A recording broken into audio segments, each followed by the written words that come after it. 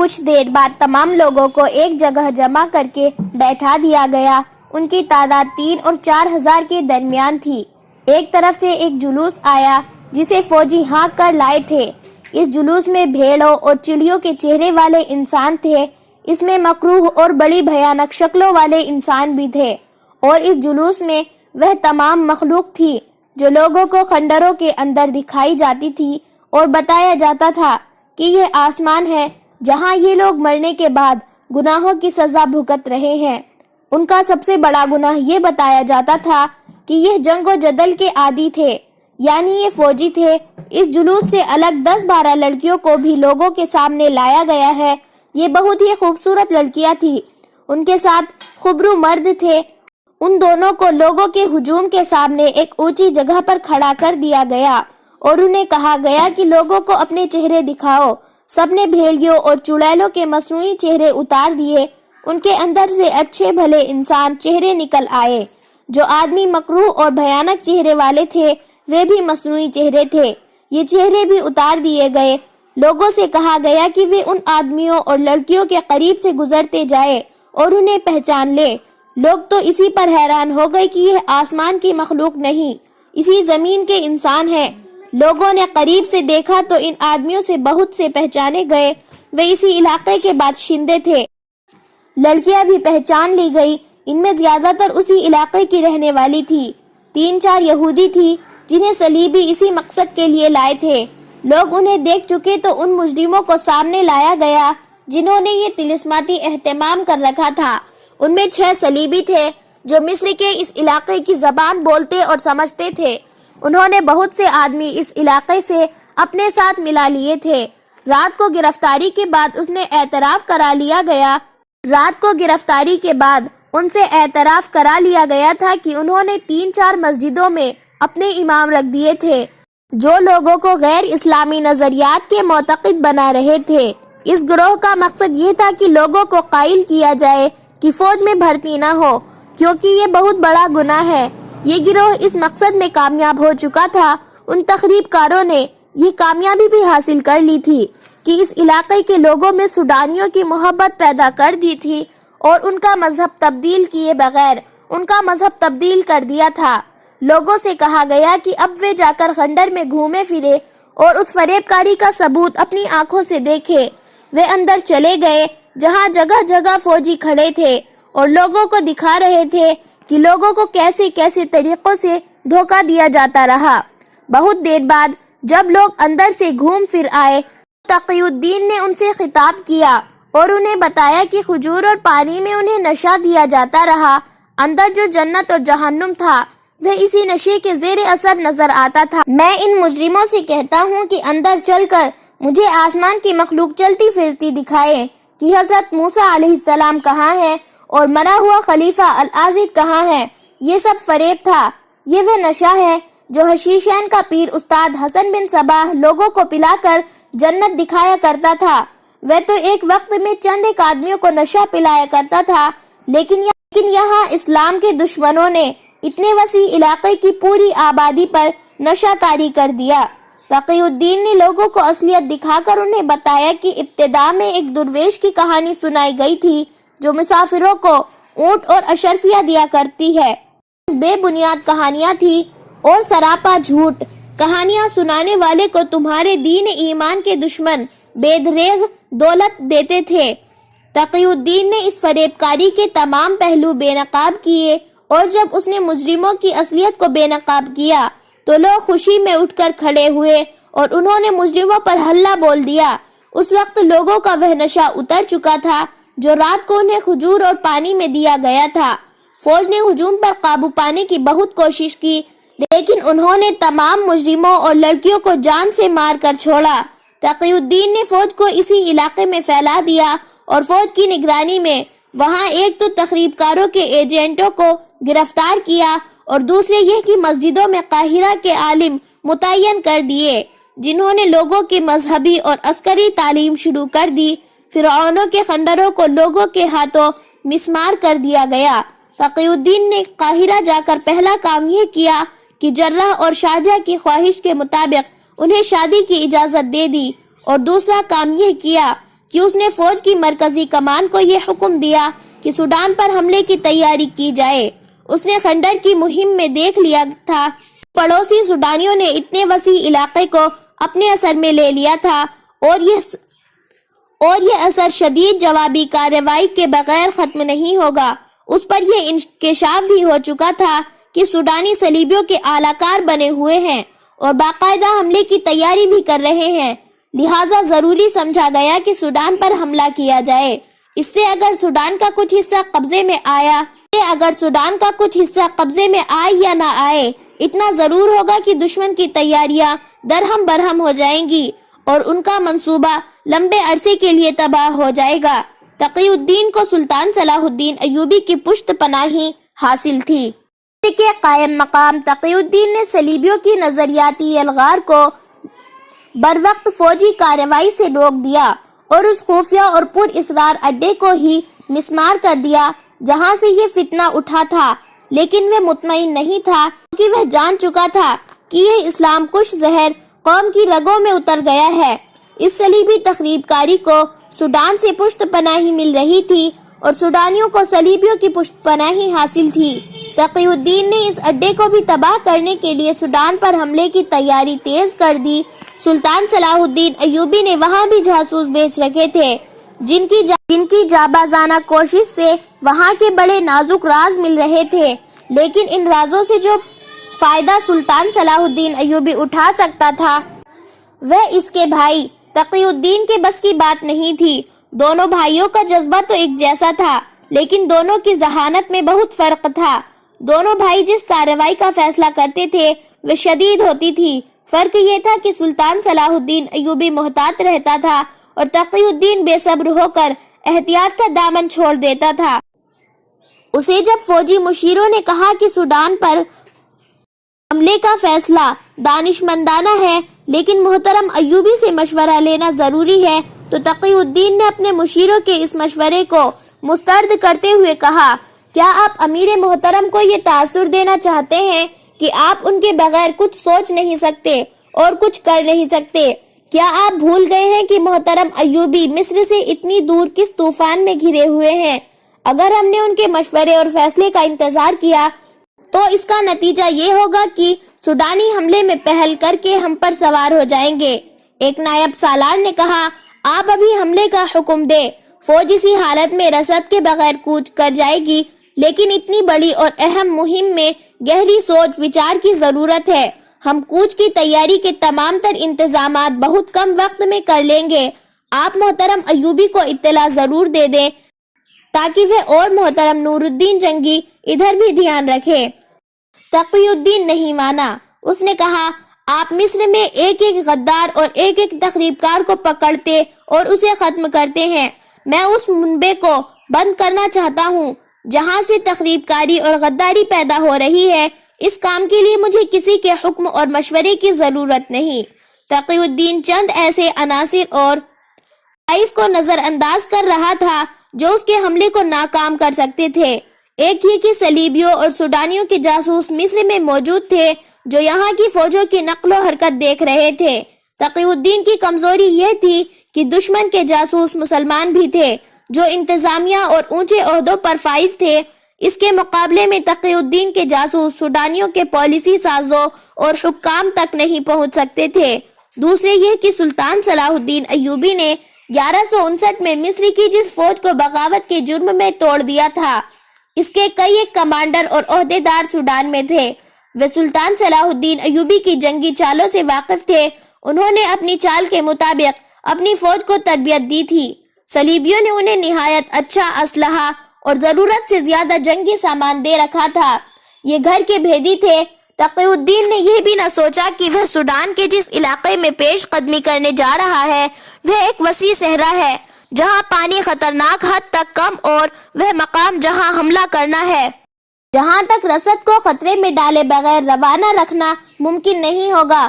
ملک کے اندرونی حالات کو قابو میں رکھنا اور تخریب کاری کے انسداد کے لیے بھی فوج درکار تھی، مگر تقی الدین اس قدر بھڑکا ہوا تھا کہ اس نے مکمل طور پر نیک نیت اور اسلامی جذبے کی شدت کے زیر اثر حملے کی تیاریاں شروع کر دی۔ اور سلطان صلاح الدین ایوبی کو اطلاع نہ دینے کا فیصلہ کر لیا۔ اس کی اس خود مختاری میں وہی جذبہ تھا جو سلطان صلاح الدین ایوبی میں تھا۔ اسے یقین تھا کہ سلطان صلاح الدین ایوبی کا مقابلہ تند اور تیز طوفان سے ہے اور صلیبی فیصلہ کن جنگ لڑنے کا اہتمام کیے ہوئے ہیں۔ اس نے جو کچھ سوچا تھا درست تھا۔ اس وقت سلطان صلاح الدین ایوبی کرک سے 8-9 میل دور ایک چٹانی علاقے میں اپنا ہیڈ کوارٹر قائم کیے ہوئے تھا۔ یہ اس کا عارضی قیام تھا۔ وہ اپنے ہیڈ کوارٹر کو خانہ بدوش رکھا کرتا تھا۔ جس مقام پر اسے حملہ کرانا اور شبخون مروانا ہوتا وہ اس کے قریب ہوتا اور حملہ کرنے والے دستے کے کمانڈر کو بتا دیا کرتا تھا کہ وہ ان کی واپسی کے وقت کہاں ہوگا۔ اس کے چھاپہ مار صلیبی فوج کی تمام تر کمک تباہ کر چکے تھے۔ چھاپہ ماروں کے چھوٹے چھوٹے گروہ اس صلیبی فوج کے لیے ناگہانی مصیبت بنے ہوئے تھے جو صحرا میں پھیلی ہوئی تھی۔ صلیبیوں کا نقصان تو بہت ہو رہا تھا لیکن چھاپہ ماروں کی شہادت غیر معمولی طور پر زیادہ تھی۔ 10 جانباز جاتے تو 3-4 واپس آتے تھے۔ یہ رپورٹ بھی ملنے لگی تھی کہ صلیبیوں نے ایسے انتظامات کر لیے ہیں جو شخون اور چھاپے ماروں کو کامیاب نہیں ہونے دیتے، لہٰذا اب چھاپہ ماروں کو جان کی بازی لگانی پڑتی تھی۔ سلطان صلاح الدین ایوبی اب چالے اور فوج کا پھیلاؤ بدلنے کی سوچ رہا تھا۔ سلطان صلاح الدین ایوبی نے اپنی فوجی نائبین سے کہا، معلوم ہوتا ہے کہ صلیبی مجھے آمنے سامنے آنے پر مجبور کر رہے ہیں۔ میں انہیں کامیاب نہیں ہونے دوں گا اور اب میں اپنے اتنے زیادہ جوان مروانے سے بھی گریز کروں گا۔ ایک نائب نے کہا، میں چھاپہ مار دستوں کی نفری میں اضافہ کرنے کا مشورہ دوں گا اور میں یہ بھی مشورہ دوں گا کہ ہمیں دشمن کی قوت کو کبھی نظر انداز نہیں کرنا چاہیے کہ ہماری فوج میں جذبہ زیادہ ہے۔ جذبہ سپاہی کو بے جگری سے لڑا کر مروا سکتا ہے، فتح کا ضامن نہیں ہو سکتا۔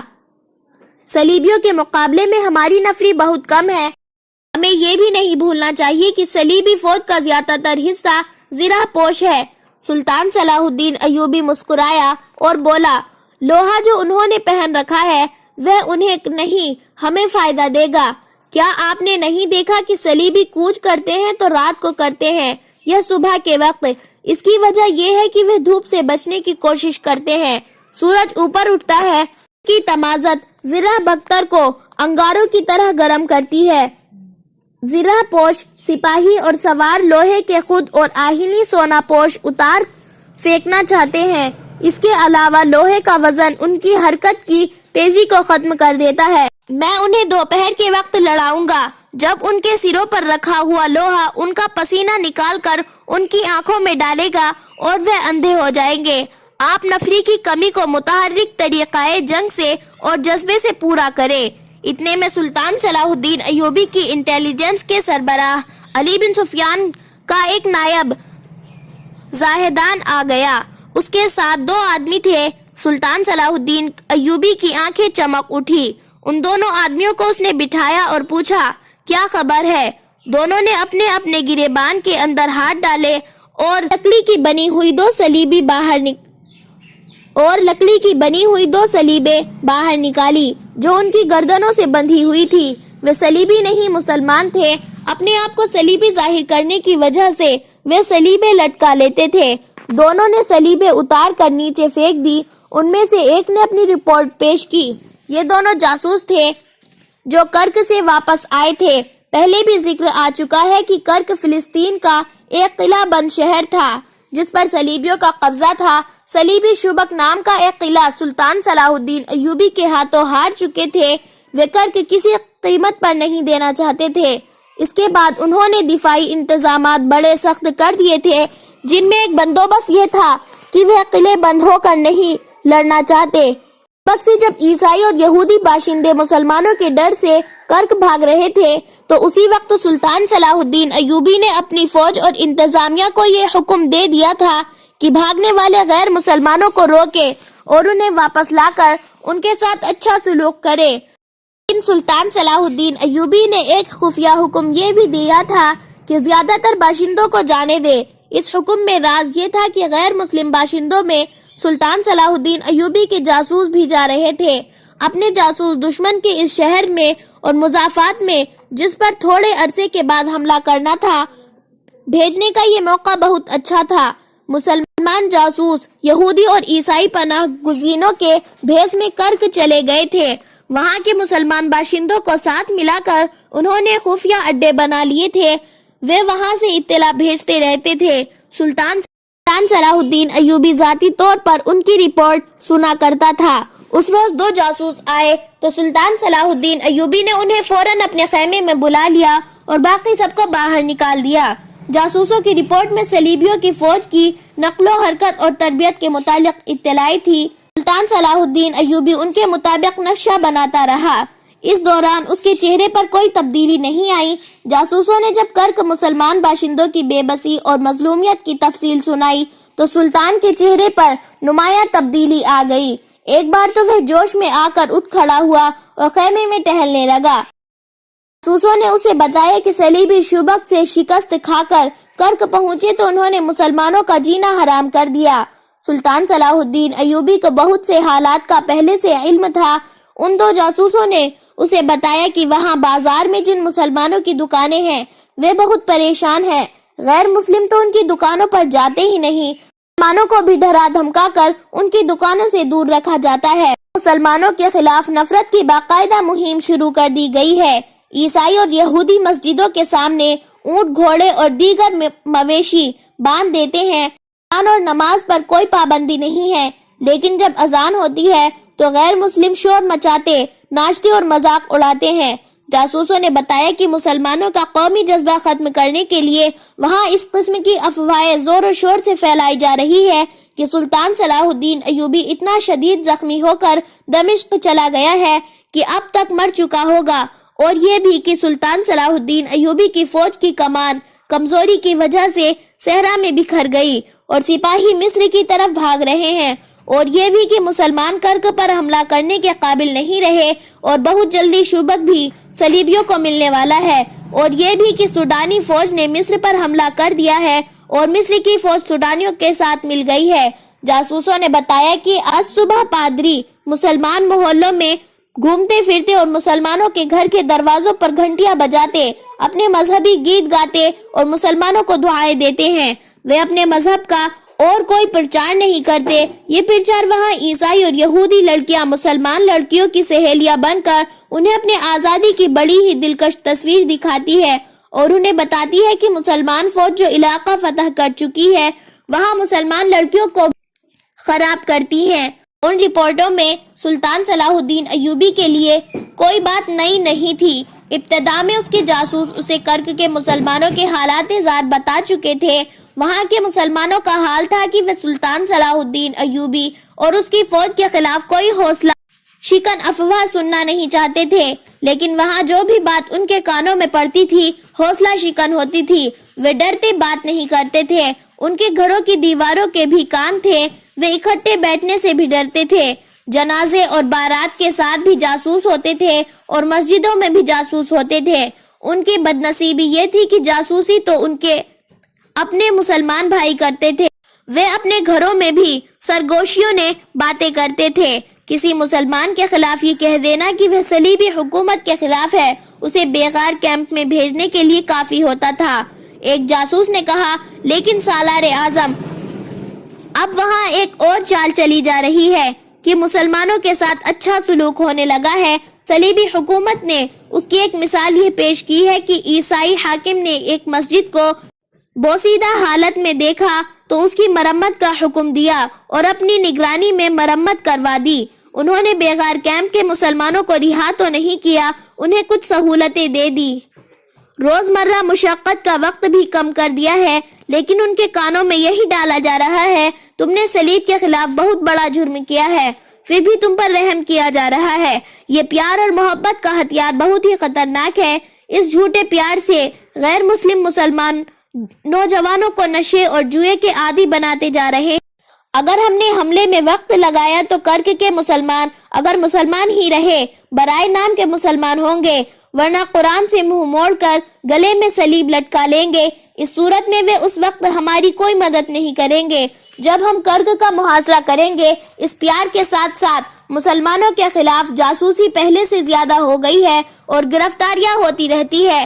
ابھی تک مسلمانوں کا جذبہ قائم ہے اور وہ ثابت قدم رکھنے کا تہیہ کیے ہوئے ہیں. انہوں نے ابھی تک غیر مسلموں کے پیار کو قبول نہیں کیا، مگر وہ زیادہ دیر تک ثابت قدم نہیں رہ سکیں گے.